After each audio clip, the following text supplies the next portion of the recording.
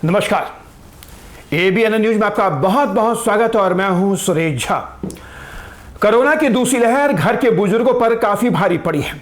अब आप लोग सोच रहे होंगे कि आखिर ये है कहां माजरा, क्या कहानी क्या है। तो आइए हम आपको बताते हैं।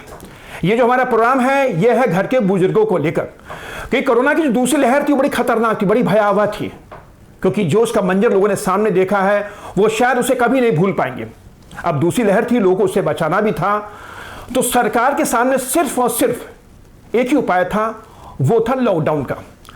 लॉकडाउन पूरे देश में लगा दिया गया, हर राज्य ने अपने तरीके से लॉकडाउन लगाया। अब लॉकडाउन लग गया तो लोग घरों में कैद हो गए। अब जब घरों में कैद हो गए तो लोगों का घर से निकलना मुश्किल हो गया। अब ऐसे में हुआ यह कि जो घर के बुजुर्ग थे उनकी अपने घर के लोगों से बन नहीं पाई, उनको तरह तरह से परेशान किया गया। ये हम नहीं कह रहे हैं, बल्कि एक सर्वे के पता चला है कि कोरोना की दूसरी लहर बुजुर्गों पर काफी भारी पड़ी है। लेकिन जिन लोगों ने भी अपने घर के बुजुर्गों के साथ बदतमीजी की है, उनका अपमान किया है, तो कहीं ना कहीं उनको सोचना चाहिए कि घर के बुजुर्ग भगवान होते हैं। कल आप भी बुजुर्ग होंगे, अगर आपके साथ भी ऐसा व्यवहार होगा तो सोचिए आपके दिल पे क्या बीतेगी।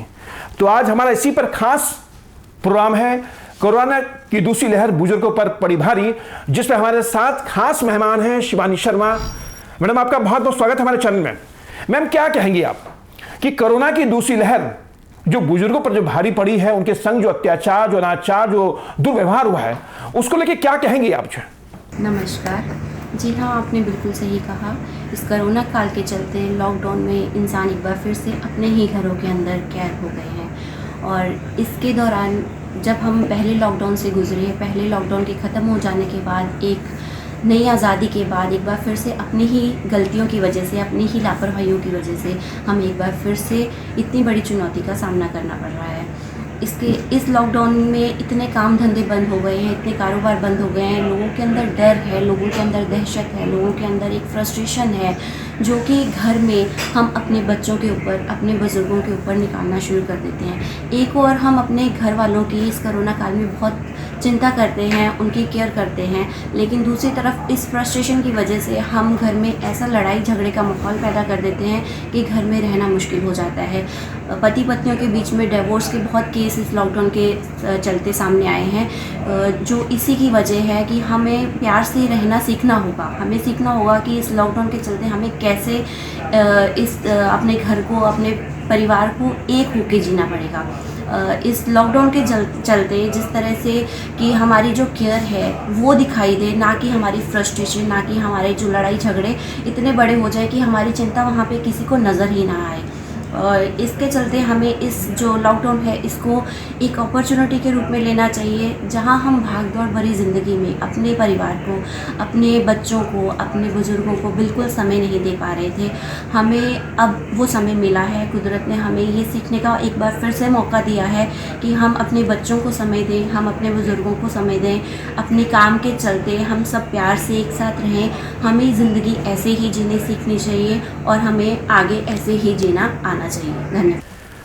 शिवानी जी, बुजुर्ग जो होते हैं सबसे सॉफ्ट टारगेट होते हैं, और घर के बुजुर्गों के साथ उनका अपमान करना, उनका अनादर करना, वो कहीं से भी जायज़ नहीं है। अगर हम बुजुर्गों की बात करें तो हमारे देश में जितने भी ओल्ड होम सेंटर जो खुले हुए हैं वो दर्शाते हैं कि बुजुर्गों की हमारे देश में हालत क्या है।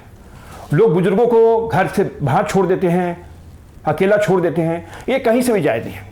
और कोरोना की दूसरी लहर में जो ये सर्वे में जो सामने आया है कि जिसके अंदर जो है कि जो घर के बुजुर्ग थे उनके संग बड़ी जाति की गई है। ये बड़ी अपने आप में शर्मनाक बात है कि घर के बुजुर्ग क्या जाति करेंगे। आप उनके ऊपर जाति कर रहे हैं, आप उनको तंग कर रहे हैं, वो कहीं से भी समाज हित में नहीं है, देश हित में नहीं है, क्योंकि बुजुर्ग जो हमारे आन बान शान होते हैं, अगर आप उनका सम्मान नहीं करेंगे तो अपमान भी मत करिए। और खासकर घर के बुजुर्गों की अगर आपने ये हालत कर रखी है तो कल दूसरा नंबर आपका भी हो सकता है। शिवानी जी, मैं आपसे मेरा ये सवाल है कि हमारे देश में जितने भी ओल्ड एज होम जो खुले हुए हैं, जो बुजुर्गों के लिए, जो आज अनाथालय जो कह सकते हैं, बड़े बड़े अनाथालय, हमने भी एक अनाथालय में बात की थी जहां पर पता चला था कि कुछ बुजुर्ग खुद ब खुद अनाथ आश्रम में आ जाते हैं, यानी उस आश्रम में आ जाते हैं जहां पे और तमाम जो बुजुर्ग रहते हैं, क्योंकि उनको लगता है घर में उनकी बन नहीं पाएगी। लेकिन क्या वजह लगती है आपको कि बुजुर्गों का आखिर घर में अनादर क्यों होता है? लोग क्यों नहीं समझते कि आखिर वो बुजुर्गों का अनादर क्यों कर रहे हैं? कल वो भी तो बुजुर्ग होंगे।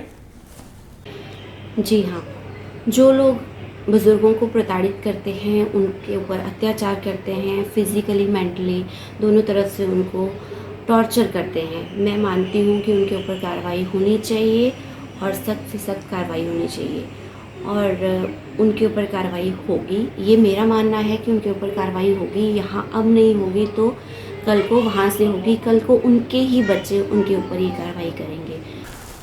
शिवानी जी, हमारे देश में जितने भी ओल्ड एज होम जो खुले हुए वो ये दर्शाते हैं कि हमारे समाज में यानी हम लोग जो है अपने बुजुर्गों का कितना सम्मान करते हैं।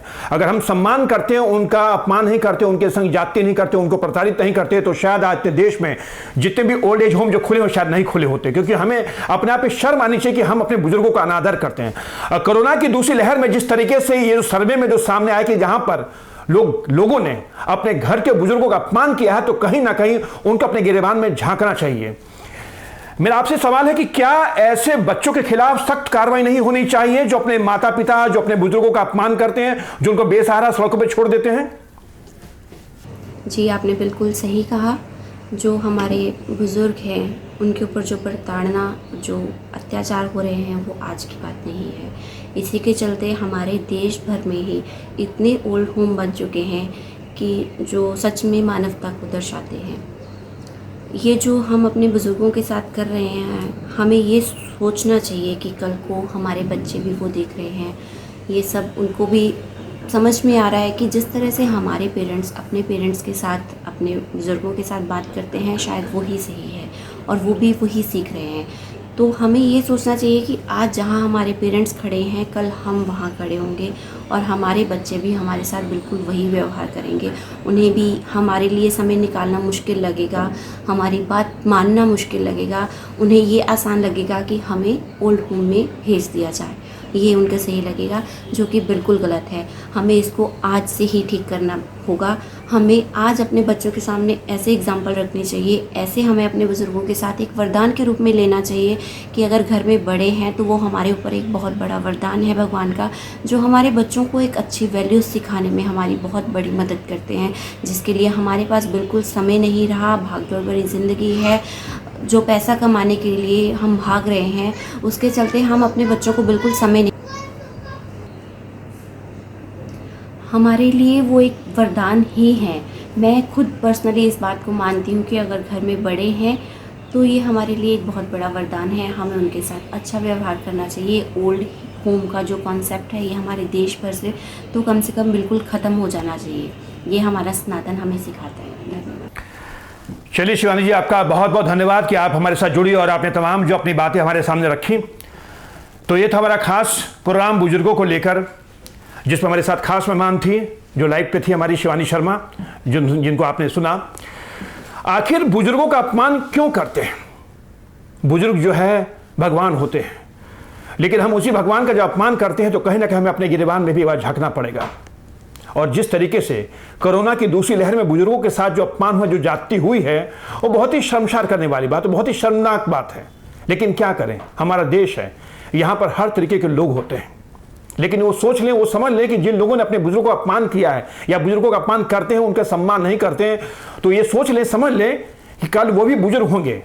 जैसा वो उनके साथ कर रहे हैं तो कल आपके बच्चे वैसा ही आपके साथ करेंगे। तो ये था हमारा खास प्रोग्राम। आपको कैसा लगा हमें अपने कमेंट्स के जरिए जरूर बताइएगा। नमस्कार।